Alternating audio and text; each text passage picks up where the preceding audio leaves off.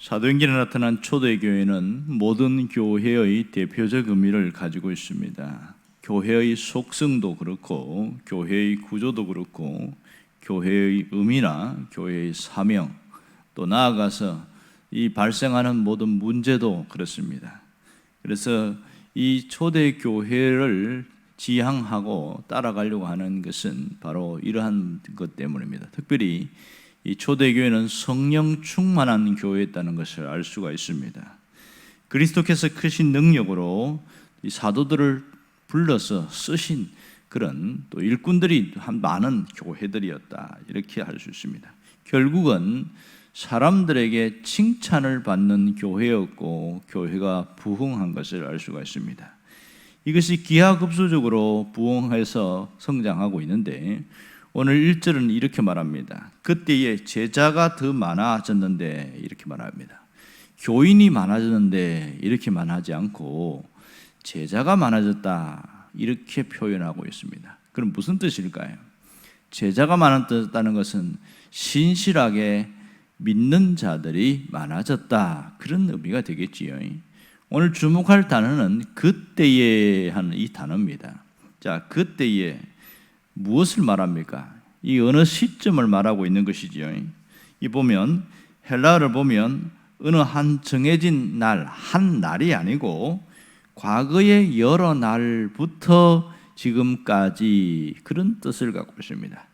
이 헬라어 원문을 그대로 보면 사도들이 앞에 전도를 하는 것을 쉬지 않고 계속해서 복음을 전하고 그렇게 했을 당시에, 이런 뜻이지요.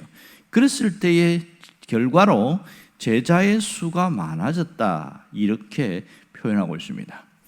그런데 오늘 본문에 나오는 이 그때에 하는 그 단어는 두 가지 의미를 함께 포함하고 있습니다. 하나는 그때에 제자의 수가 많아졌다, 부흥의 역사가 있었다, 그 얘기를 하고 있으면서 또 동시에 부흥과 함께 문제도 함께 있었다, 이것을 포함하고 있는 것이죠. 교회가 부흥하면서 그냥 마냥 좋은 일만 생기는 것이 아니라 항상 갈등의 문제가 생기고 있었습니다. 그것은 초대교회나 지금의 교회나 마찬가지인 것을 알 수 있습니다. 교회가 부흥하는 과정 속에서 겪는 혼란이나 이 갈등을 어떻게 극복했는지, 이것 또한 잘 보여주고 있습니다. 자, 이 교회가 한 번도 겪어보지 못한 새로운 부분에서 갈등을 겪고 있습니다. 교회가 성장하는 과정 속에서 그 진통을 겪으면서 잘 마무리하는 이 내용들을 보고 있습니다. 자, 문제의 원인이 어디에 있었을까? 그것은 사도들이 자기의 역할을 벗어난 것이 문제의 원인이 되었습니다. 여기에는 교회 안에 헬라파와 히브리파가 있었는데, 사도들이 자기의 역할에서 벗어난 일들을 계속 하다 보니까 문제가 시작되었습니다. 원망이 시작된 것이죠. 그 다음에 어떻게 해결을 해 나갔느냐 하면, 사도들이 자신들이 했던 그 권위를 내려놓기 시작하고 그 일들을 맡기기 시작했습니다.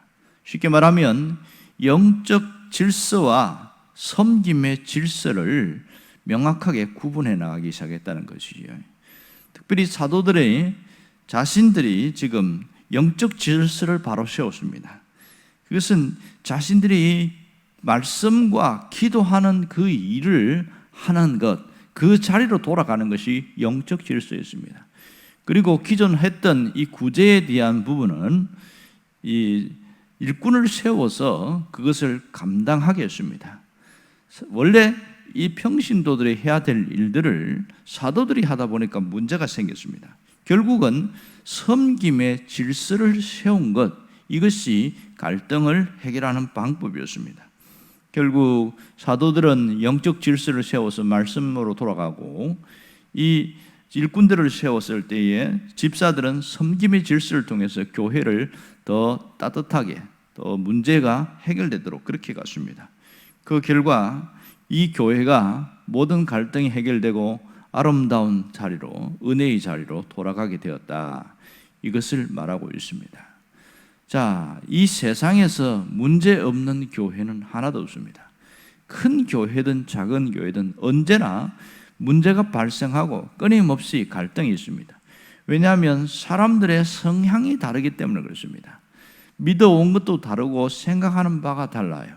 똑같은 일을 두고도 생각하는 게 다르기에 부딪힐 수밖에 없습니다. 그런 일들 때문에 마음이 상하는 일들도 굉장히 많지요.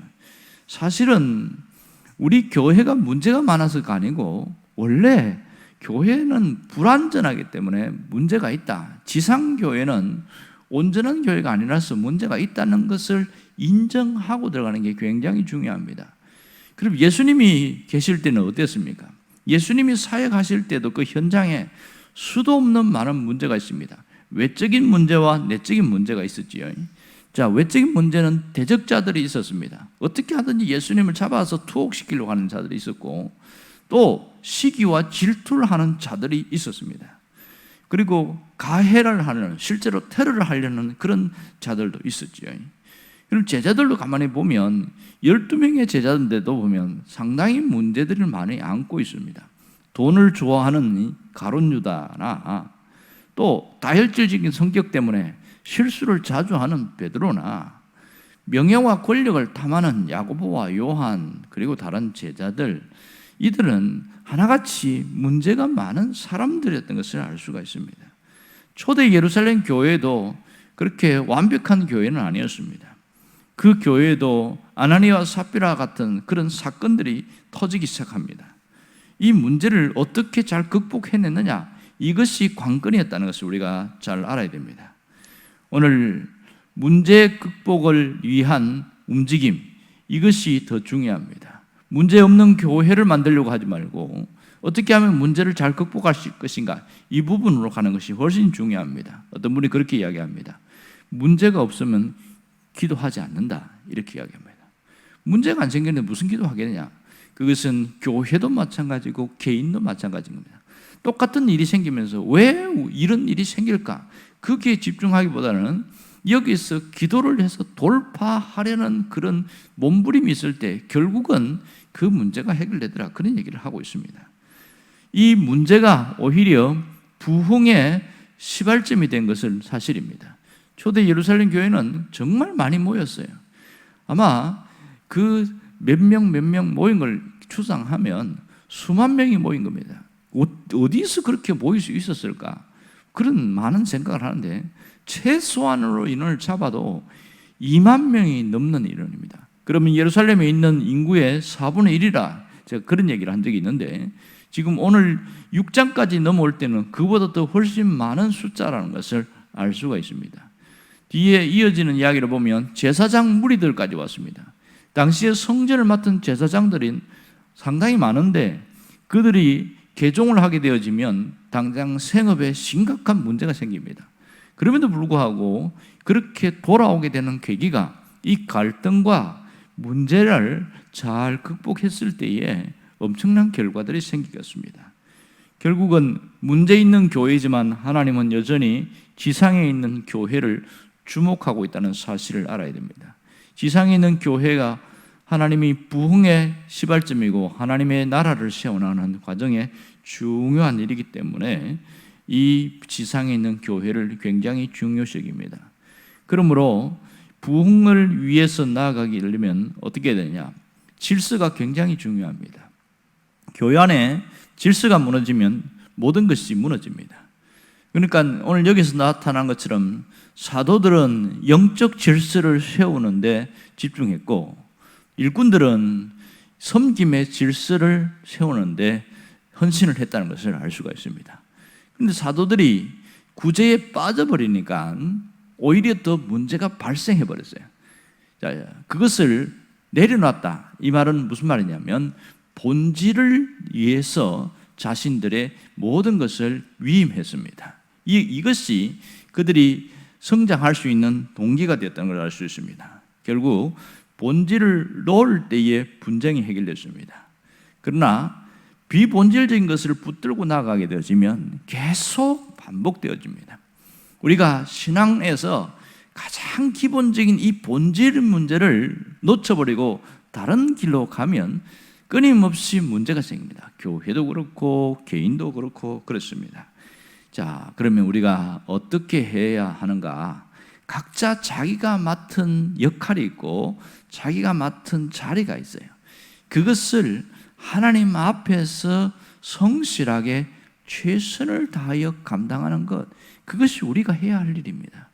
하나님이 원하는 것은 엄청나고 큰 일이 아니고 내가 맡은 역할이 있고 내가 맡은 자리가 있어요.